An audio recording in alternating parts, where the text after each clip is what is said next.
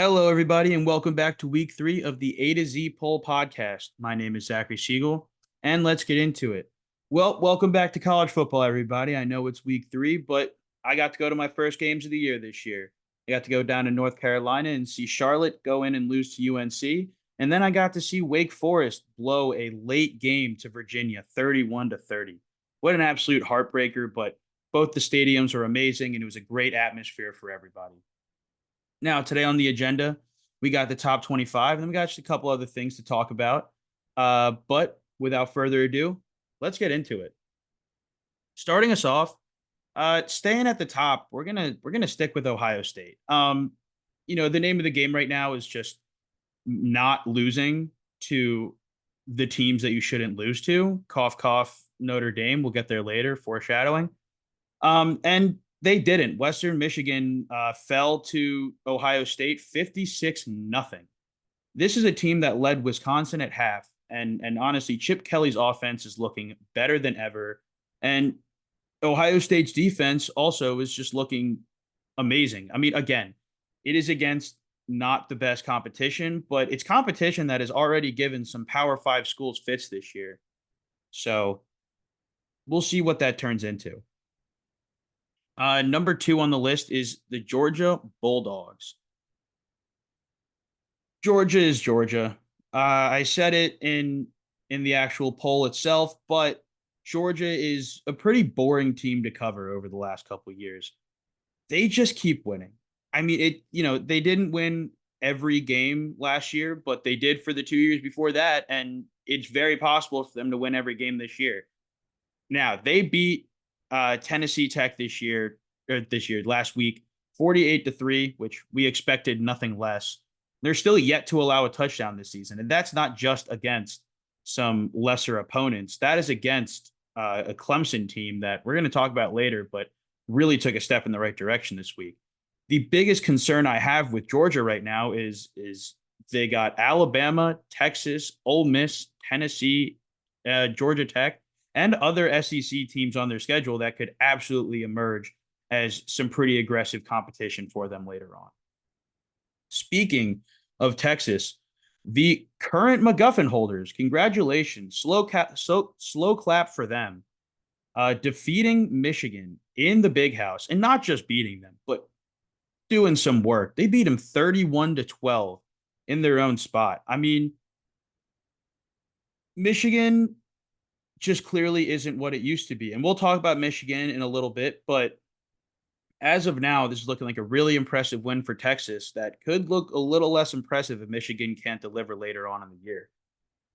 But to be completely fair, Texas, Georgia, and Ohio State kind of look like 3 teams that you could really make a case for number one and are clearly in an upper echelon at the moment that no other team is really quite at. And to top it all off for Texas, just a few weeks away from the Red River Showdown, that'll be a really good game, especially if each team can stay alive until then. Moving on, our first ACC school, and probably a school that I'm a little too early on, but that's going to be Miami. I have Cam Ward firmly as my Heisman race, and after a 59-6 defeat of Florida A&M this week, I really feel like there's nothing that Miami can't do at the moment. Now, will this Florida win hold up later in the season as an impressive win? Probably not. Will this Florida A&M win hold up very well? No, probably not. But what we are seeing is what I keep harping back to is sustained drives. Last year, under Tyler Van Dyke, they had to keep going for deep balls. They kept having to rely on the big plays in order to keep them into games. But as of this moment, Miami is really controlling the ball and putting together sustained drives in a way that under Mario Cristobal, we just have not seen yet. So hats off to Miami. Maybe I'm a little early on them. Maybe that'll come back to bite me like a few other of my picks have just already in this young season. But, call me optimistic. I'm excited on the Hurricanes. It's hurricane season early in Florida this year. Number 5, another school that made a huge jump for me is the Tennessee Volunteers. They beat NC State 51-10. This was a ranked NC State coming into this week. Well, ranked by AP standards. They looked pretty good. NC State, I mean, looked pretty good coming into this season. Grayson McCall was supposed to be like an insane upgrade at quarterback. They told MJ Morris, they were like, "Look, we don't want you. Go transfer somewhere else. We're going to go shopping." And they seem to have bought a rotten egg. Now, NC State could be a very good team by ACC standards, but is in the landscape of college football, they're just not hanging in with a team like Tennessee. A team like that called well, a team like Tennessee that really could end up being the best team in the SEC. Right now, I just said, Georgia is insane right now. Texas could be also considered for the number one spot, but I really, really like Tennessee right now. If they get quarterback play like they did just a couple years ago, and Nico Iamaleava is looking like he could do that, we're going to see a Texas team that has a Tennessee team that has a very experienced defense, a very experienced offensive line, and a quarterback who is more than capable. So this could be a very dangerous team, a team that could find themselves at the top of the the A to Z poll at some point. The only reason I didn't put them higher than Miami, because I really think, Miami and Tennessee could effectively be interchangeable right now. They both have some big out of conference wins. Is really quarterback play. I think that Cam Ward has a case as a top 2 to 3 quarterback in college football right now. I just don't see that case for Nico Iamaleava quite yet. Things could change. Tennessee will have a tougher schedule naturally, just being in the SEC. So however the season goes, the season goes. But as of now, I have Tennessee at number 5. At number 6, Mizzou is yet to give up any points. They are 89-0 against their 2 opponents they faced this year. Most recently, 38 and winning 38-0 against the University of Buffalo. They have a relatively easy schedule compared to last year. Their only ranked opponents as of now are Boston College, Alabama, and Oklahoma. Another red flag kind of team I see on their schedule later in the season would be Vanderbilt. They're just a team that's looking like they're building up some steam and have been in my honorable mentions now for a couple weeks. They beat what people thought were going to be a very good Virginia Tech team, and we're now 2-0 after 2 weeks. So I think Vanderbilt could find themselves in that ranked conversation. But nonetheless, if Luther Burden can continue to stay healthy and they keep that connection alive, that defense can absolutely carry them, and they could be really circling and strike at some point later in the season. Another team that from the SEC like really is fighting for those 5 through 11 slots. That'll be Ole Miss. They destroyed Middle Tennessee State 52-3. As long as Ole Miss could keep it up into SEC play, I really don't see a reason why they can't make a huge push like everyone else. They don't have maybe even as hard of a schedule as Mizzou, although Mizzou has a pretty easy schedule comparatively. They just need to Jackson Dart needs to stay poised, and Lane Kiffin needs to just continue to keep these guys in check. And if he can do that, this Ole Miss team can go over the hump they've been so desperately trying to surpass for decades.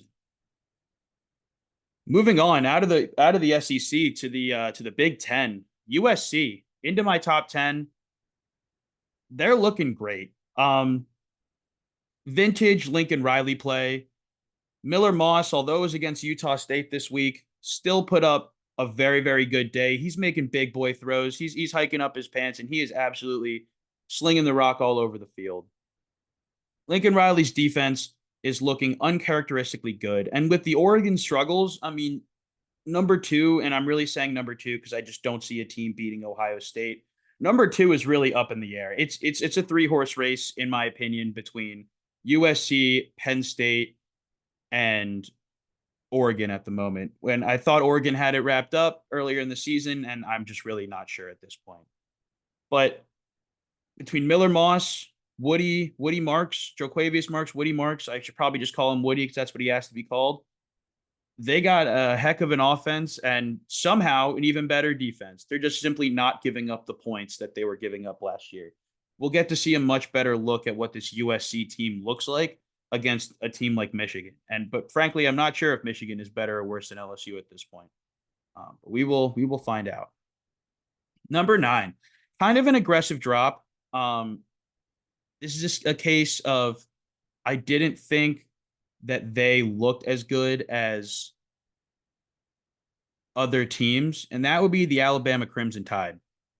Now, they won their game 42-16, but that's a pretty deceptive score. South Alabama kept it within a couple points until the fourth quarter when Alabama remembered, oh, wait, we're Alabama. What are we doing? And they hung 28 on him in the fourth quarter. This is not the same team as Nick Saban's team.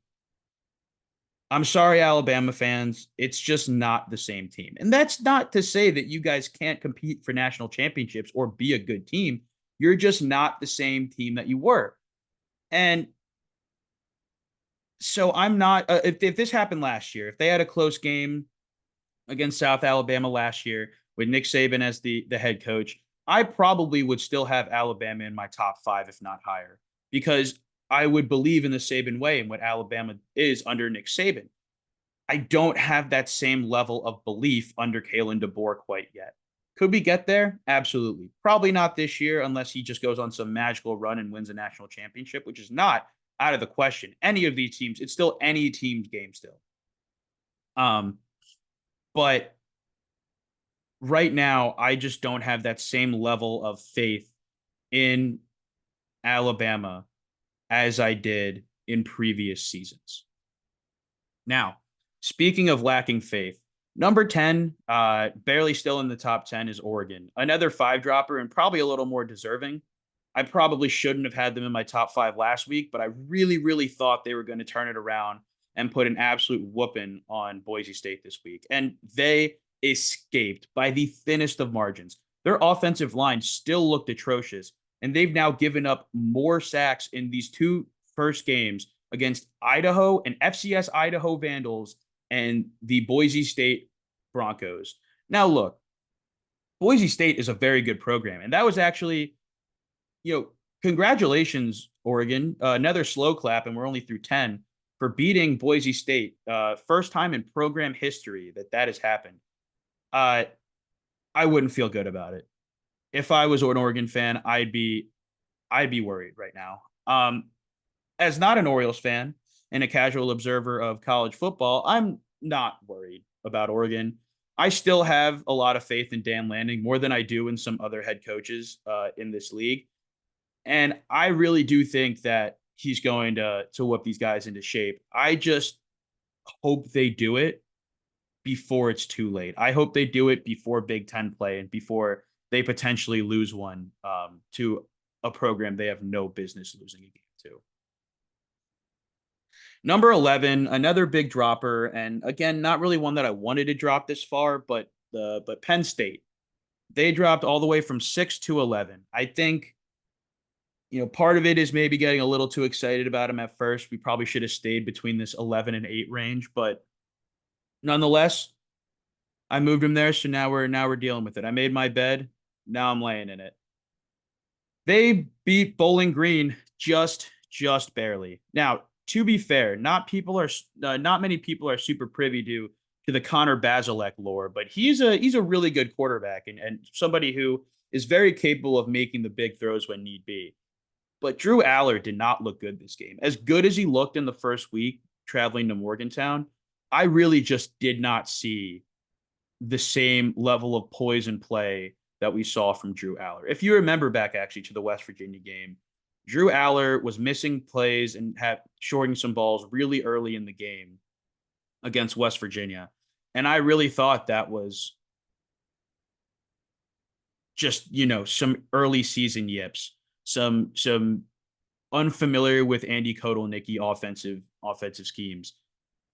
But he looked that way almost the entirety of the Bowling Green game. And look, they escaped. They're still undefeated through 2 weeks. And I think they're going to be, like I said, very competitive for the Big Ten. Really, again, for number 2 in the Big Ten, I just don't see a team dethroning Ohio State I'm sure I will be able to play this clip back if that happens. But as of now, they're still firmly in the number two in the conference race, and they still won. And at the light at the end of the tunnel, the bright spot for this game was Nick Singleton and Katron Allen each rushing for over 100 yards. Although their defense looked a little lackluster and Drew Aller didn't look as good as he once could have, we're still. Tyler Warren caught a touchdown. He had a good game. The tight end and both the running backs had very good days as well. Number 12, first Big 12 appearance, but Utah. We'll see how far they get in this list, unfortunately, now that Cam Rising has dealt with another injury. They still were able to beat Southern Utah, an FCS team, 49-0, but I would expect that from a Kyle Whittingham organization. He's probably getting pretty sick of coaching a non-Cam Rising team because every time he's had a Cam Rising team, he's won his conference and played in a meaningful bowl game. And he has a real chance to bring Utah State a Big 12 championship, a playoff berth, and a pretty impressive bowl game in his first year in the Big 12. But without Cam Rising, especially now moving into Big 12 play and conference play, I really just don't know what that's going to look like. They get number 22 Oklahoma State this weekend. I'm hoping for Utah fans that they can figure it out. But if they can't, it should be a really, really one of the more disappointing things to happen in college football this year. That being said, it will make the Big 12 much more interesting. Moving back to the Big 10, a team that I've been really high on from the beginning, but the Nebraska Cornhuskers. I thought they were going to win that game, but I did not think they were going to beat their rivals Colorado 28-10. Colorado fixed absolutely none of the problems that they had last year. And I hinted at this last week. I said, if they don't, they're going to lose.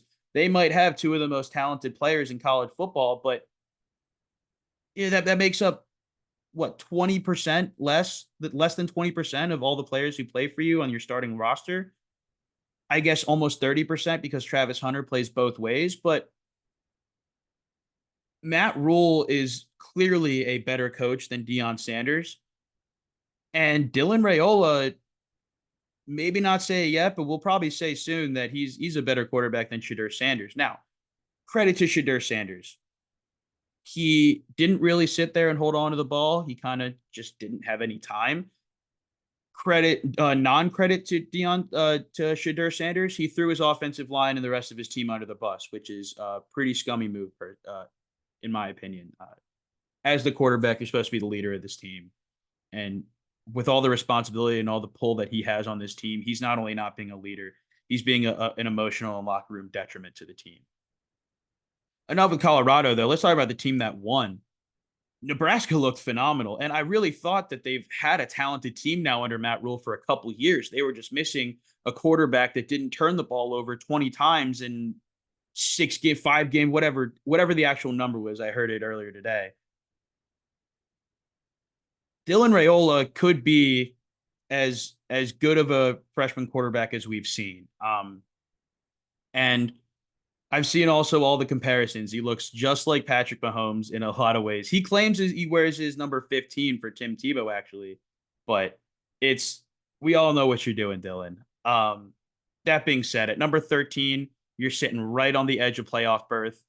Again, week 2, I get it. You're sitting right on the edge of playoff berth. You have an impressive non-con win, and I really expect this team to be playing some very meaningful football come November and December. Number 14, the Oklahoma Sooners. This was almost disastrous. Look, they won. They got out of it, but they barely beat a team that got routed by an okay UNLV team. Yeah, like, I'm not really sure what to think. I really thought that Oklahoma under Jackson Arnold was going to look a lot better, and I think their wide receivers just weren't doing much. And I think that's interesting because in UNLV's game, their wide receivers didn't do much either. They were a big run game team, and Houston did a really good job in neutralizing Ricky White, their best wide receiver. kind of in a similar way that they were able to do that to Burks during this game. You stumble early there. I would not blame Oklahoma for thinking later in the season, considering they still have to play Tennessee, Texas, Ole Miss, Alabama, and it's kind of a sneaky Tulane game, kind of another game where they're definitely a better program than Houston. Tulane, that being, is a better program than Houston, but they're, that's the week prior to them playing Tennessee, Texas, Ole Miss, and Alabama in a 6-week stretch. This is going to be a tough road for Oklahoma. And if they're going to sit here and overlook games and almost lose to schools like Houston, that's going to be tough. But hopefully, this for Sooner Nation, this was the wake up call that they needed in order to really get their heads on straight. All right, now one of our few teams with a loss on their schedule, Michigan. I dropped them down only 3, just because I didn't really have them super high up there anyway. If I had them, I was probably going to drop them down to about 15 either way. We already know what happened in that game. Texas came into the big house and absolutely routed them. I really thought that defense was going to look a lot better. I didn't have a lot of faith in that Warren offense with not as much running back firepower. I mean, Donovan Edwards, but he's not really the premier back, and some outs and less than stellar outside talent. I mean, Colston Loveland even struggled. He had that fumble and he had a couple drop passes. My problem here is they're trying too much to be the Jim Harbaugh Michigan Wolverines. And look, Jim Harbaugh's plan worked, right? It worked in the beginning. Or sorry, not in the beginning. It didn't work in the beginning, but it worked eventually. I think Sharon Moore needs to clear his own path. He needs to stop being Jim Harbaugh because he's not Jim Harbaugh. He needs to create a game plan that works for him and his style of coaching and follow it, because even though he got to go play as the coach on the sideline last year, he got to play pretend coach on the sideline last year. When he was done, old Jim took over and he got to do all the heavy lifting. This year, there is no Jim Harbaugh to do that. This is all Sharon Moore. He has to figure out how to do it for himself. And until that happens, I'm not going to be very confident in Michigan. Now, this is still a very high talent composite team, and it's going to be a very talented team. If they can figure out some of their offensive woes, this team could absolutely find themselves in a much better position come a couple months from now.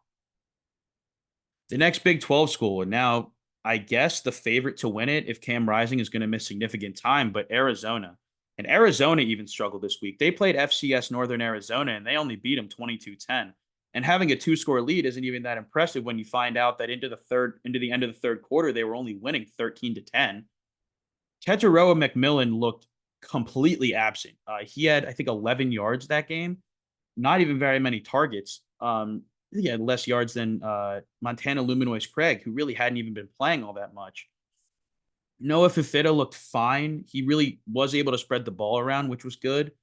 But this team almost stumbled and fell hard. Luckily, I don't think that this is going to matter that much in the long run. If anything, I think that Arizona is just going to learn from this, kind of a similar concept to Oklahoma, except Arizona doesn't have nearly as hard of a schedule as Oklahoma does. So, if anything, Arizona is probably my betting favorites to win the Big 12 right now, assuming that, their number one wide receiver can get it together and their defense can actually show up when it matters. Number 17, on to our second one-loss team.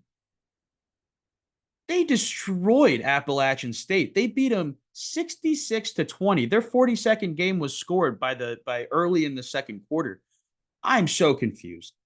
This is a team that was not able to put up any offensive production. They put up merely 188, less than 200 total yards of offense, and could not find the end zone twice against Georgia, and then put up 712 total yards, over 700 yards of total offense on the Mountaineers, the Appalachian State Mountaineers. Now, look, I get it. Georgia is several echelons above Appalachian State, but App State was still AP poll rated and was still, I think, in the A to Z poll last week, an honorable mention. Like, this is a team that people were thinking was a roughly top 30 team, maybe top 35.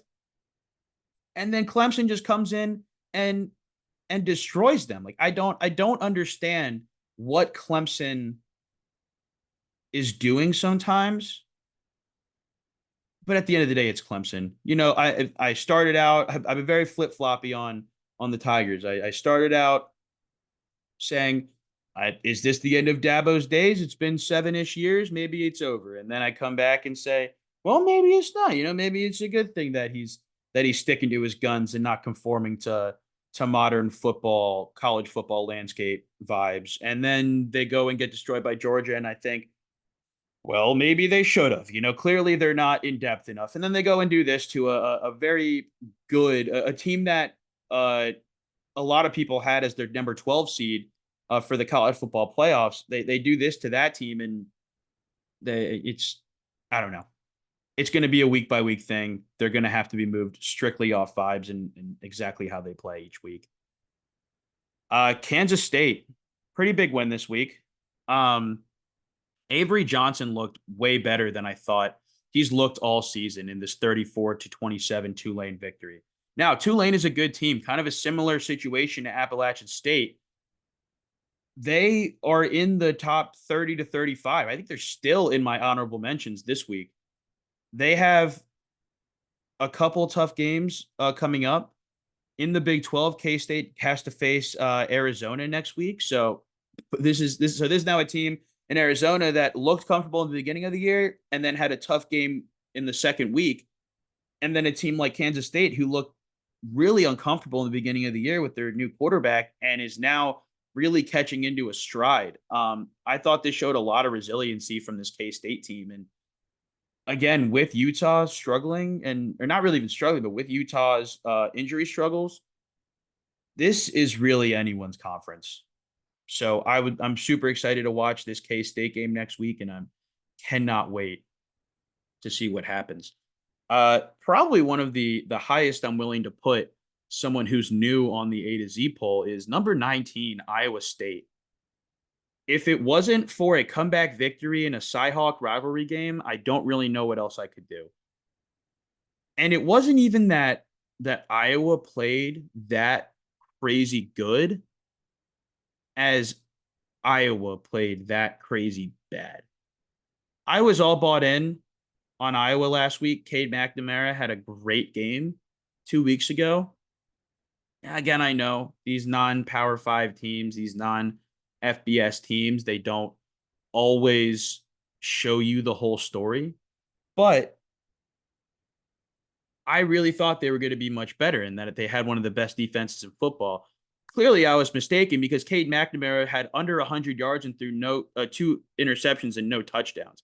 They had their running back, Caleb Johnson, had an okay day. Like, no, he didn't have an okay day. He had a really good day. But Iowa State's maturity and age really came through big there. And I think that the maturity of Rocco Beck and the maturity of their other guys and just what kind of team they have is part of the reason why I put them up here. They very well could have been a top 25 team last week and maybe even a preseason top 25 team. And in a conference like the Big 12, as I've said now 3 times, it's wide open. Anybody could win it. And it might just come out to be somebody like Iowa State who just has the most experience right.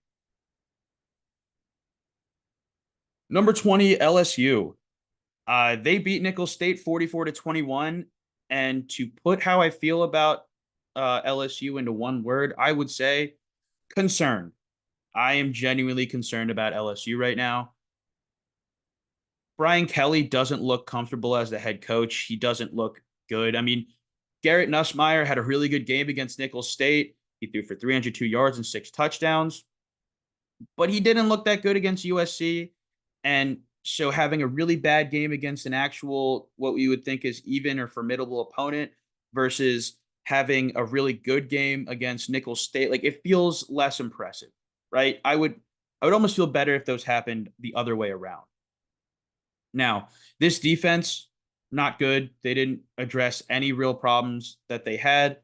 They didn't really replace any of the things that they missed. They're literally just worse at their skill positions and about the same on defense as they were last year. And look, if Brian Kelly, if you're cool with finishing 5th in the SEC West, then good for you. That's fine. But I'm sure the LSU fans have much bigger expectations. Speaking of expectations, one of the biggest fallers, maybe the biggest faller ever, Notre Dame. I did it. I fell for it. I thought I got out, and I did not. I clearly overhyped the Texas A&M game for them, and it seems like I was right to be cautious in the beginning of the year. I said, if we'll think back to it, I said every year they come out and they have a top whatever ranking, and they come in and they crap the bed against an early game, and I thought, wow, they did it. Texas A&M, they did it. They beat the game. Uh,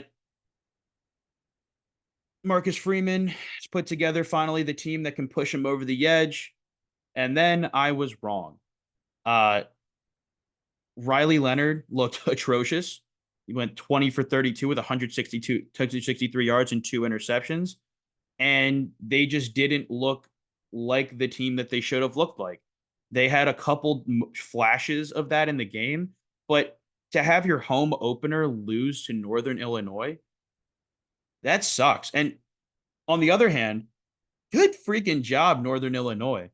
Uh, your quarterback, Ethan Hampton, went over 50% completion rate, the 198 yards and a touchdown, no interceptions. That's phenomenal. And their head coach, Thomas Hammock, this is huge for him. This is maybe the biggest win in NIU history. And it just makes you think, why does this keep happening to Notre Dame? And I'll tell you why it keeps happening, or at least why I think it keeps happening. I think that Notre Dame isn't that great at developing talent. And now you're going to say, well, what about some of the players that have been drafted in the NFL? A lot of those guys came from there, and I'll give that to you. Yes, there are a lot of players right now who have been developed and had very good careers who started and went all 4 years at Notre Dame. But they haven't developed a quarterback in a very long time. Since Ian Book a few years ago, they really haven't had any homegrown talent. They had a very talented roster, and they tried to jump the fence with Sam Hartman, who ended up that didn't work out. Then they thought, okay, well, we still have a very similar roster. We're still in a very good place to compete. Why would we take a step back now? Let's try to take another step forward. So they go out and get Duke transfer quarterback Riley Leonard. And again, it happened. Does it have to fool me once? Shame on you. Fool me twice. It's your fault. Fool you 3 times. If they go out and just get another transfer quarterback again, I can see it now. DJ Uungale getting a sixth or seventh, however many years he's been in college now, waiver just to go play at Notre Dame. That might have been a drastic example, but I think that they need to take a step back and they need to let Marcus Freeman actually coach a team from the ground up. It may require a couple down years, but frankly, a couple down years to have a really good year might be better than what they've been doing every year. Frankly, this year they're all but out of the playoffs. I don't know if they're going to have a strong enough schedule to make it. The Texas A&M win is not going to look good in a couple weeks after Texas A&M barely makes a bowl game, if they make a bowl game. The Florida State game on their schedule is nothing, right? They don't have anything. That Florida State is all but irrelevant at this point. And so that just leaves the USC game, and they've already lost one. It was in the beginning that they could probably afford a loss to a USC game, but a 2 or 3 loss Notre Dame team does not supersede a 3-loss Oklahoma team or most 3-loss Big Ten teams, especially with those harder schedules, or SEC teams, or frankly, even a 1 or 2-loss Big 12 or ACC team, right? If are you choosing a Clemson team with 2 losses to Miami and Georgia over Notre Dame with even 1 loss just to Northern Illinois? No, I'm not taking that at all. So I think that in order for Notre Dame to actually get over the hump, they're going to have to go down before they can go up. There was a Notre Dame coach that said you need little wins before you can get big ones. And they're not even getting little wins right now.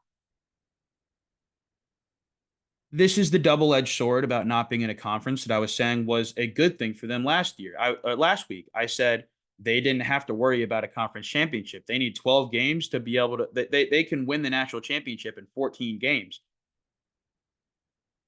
Unlike everyone else who could need up to 16.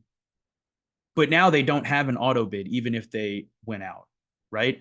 Every other team, if Ohio State went out and lost the first 3 games to their FCS teams that they were playing, and then won out, they win. They make the conference championship, they win, doesn't really matter. They have an automatic bid. That's just not how it's going to work for Notre Dame. And sorry, Irish fans, I'm not really sure what to tell you, but the ship might be gone. For most other teams, I wouldn't say that, but for a team in your particular situation, that might be what it has to be for now. On a more positive note, Oklahoma State. They had a solid non-conference win. I don't against 39-31 against Arkansas. I don't really think Arkansas is going to be that good, but a big win is a big win, and it's a close win. It's a gutsy win, and they did it unconventionally. Ollie Gordon didn't really have himself the best game. He had like 49 yards and a touchdown, which again, for a lot of running backs is going to be a very positive game. But for Ollie Gordon or someone of his standard, arguably the best running back in college football, well, maybe outside of Austin Genty right now, but for coming into the season and probably still one of the best running backs in college football, not really the standard he wants to set. The Cowboys go into Morgantown, or no, they host Morgantown next, or they host the Mountaineers next week, and this will be a team. They have 1 week off, and then they host West Virginia. So we'll see what happens. I think Oklahoma State had a much better week 1, despite it being against a, in theory, lesser opponent. But we're just going to see how it turns out. Arkansas is a team with a very low floor and a very high ceiling. So I think Oklahoma State can be the exact same way. Our 2 of 3, spoiler alert, our 2nd of 3 new teams to the A to Z poll this week. Boston College. I think I'm a little late to the party. They beat Duquesne 56-0, but Thomas Castellanos is looking really, really good right now. Bill O'Brien has done a great job, much better than he did in Houston, cough, cough. Kai Robichaux had kind of a down week, but he still, I think, ended up falling into the end zone once. I mean, this is a team that took down Florida State, and while that can look like a much less impressive win down the road and probably already does, they get a crack at Missouri later in the season, and I think that's going to really up their stock. More recently, though, because I don't think they faced Missouri till late October. More recently, though, this upcoming weekend, they get a Virginia team. And this Virginia team got to see him play this weekend as they took down Wake Forest. Sorry, guys. Virginia gets Maryland this week and then Boston College a couple weeks from now. This Virginia team was down 30-10 late in the third quarter and ended up coming back 31-30. So this is a team that could really ruin a lot of people's party if they're not careful. A team that proved they could catch under, I believe, Horatio Fields. I may be confusing these two players because Wake Forest had a Fields too. I believe Virginia had a Horatio Fields and Wake Forest had a Malachi Fields. Someone can correct me if I'm wrong, but at this point, that's a guy who can play, and I think Virginia is going to be a scary team for some people, especially with how bad they came into the season last year. Staying in the ACC, our last new team of the week, the Louisville Cardinals. They beat Jacksonville State, a team that was very good last year, 49-14. And quarterback Tyler Shaw to the wide receiver Ja'Cory Brooks is a very underrated connection already. Look, this is a team that made the ACC championship last year, and I don't think many people were expecting it. This is a very sneaky team that could definitely do it again.